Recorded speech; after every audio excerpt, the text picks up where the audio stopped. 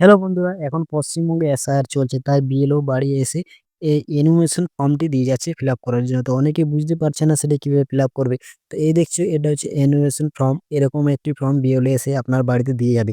তো প্রথমে দেখো, এখানে প্রথম কলামের বক্সটাতে কি লেখা আছে, এখানে বিএলও এর নাম থাকবে এবং তার মোবাইল নাম্বার থাকবে ওপরে।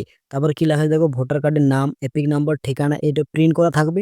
সিরিয়াল নাম্বার, পার্ট নাম্বার, বিধানসভার নাম, রাজ্য, এটাও প্রিন্ট করা থাকবে। তারপর ভোটার কার্ডের একটি ফটো প্রিন্ট করা থাকবে। তারপরে একটি রঙিন পাসপোর্ট সাইজের ফটো লাগাতে হবে। তো দেখো, প্রথম বক্সে কি বলা হয়েছে, ডেট অফ বার্থ 2025 সালের যে ভোটার কার্ডে তোমার ডেট অফ বার্থ, সেই জন্ম তারিখটা দিয়ে দিবে।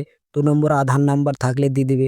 3 নম্বর মোবাইল নাম্বার। তারপর দেখো ফাদার্স এর নাম্বার, বাবার নাম, ফাদার্স গার্জিয়ান ইপিক নাম্বার যে থাকে ভোটার কার্ডের নাম্বার, মায়ের নাম, মায়ের ভোটার নাম্বার, স্বামী স্ত্রী, আমি বিয়ে হয়ে থাকে তার স্বামী এবং স্ত্রীর কার্ড নাম্বার, এটি দিয়ে দিবে প্রথম বক্সে। তারপর দেখো, হলুদ রঙের যে বক্সটা করা আছে, এখানে কি বলা হয়েছে, 2002 সালের লিস্টে যাদের নাম আছে।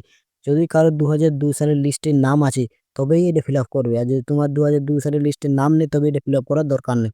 তো দেখো, এখানে কি করতে হবে, নিজের নাম লিখতে হবে 2002 সালের লিস্টে যদি নাম থাকে। তারপর নিজের ভোটার কার্ড নাম্বার, বাবা বা মায়ের নাম, সম্পর্ক, জেলার নাম, রাজ্যের নাম, বিধানসভার নাম, আর বিধানসভার নম্বর 2002 সাল অনুযায়ী, বুথ নম্বর এবং সিরিয়াল নাম্বার। তো এটা হচ্ছে হলুদে যাদের 2002 সালের লিস্টে নাম আছে। এবং অনেকের 2002 সালের লিস্টে নাম নেই, কিন্তু বাবা মা বা ঠাকুরদা ঠাকুমা যদি নাম থাকে, তবে এই যে সবুজ কালার বক্স করা আছে সেটাতে লিখতে হবে। তো এখানে তার বাবা নাম যার আছে, বাবা মা বা ঠাকুরদা ঠাকুর তার নাম যাদের 2002 সালের লিস্টের নাম আছে, তার ওই 2002 সালের লিস্ট অনুযায়ী এপিক নাম্বার, ভোটার কার্ড নাম্বারটা লিখতে হবে।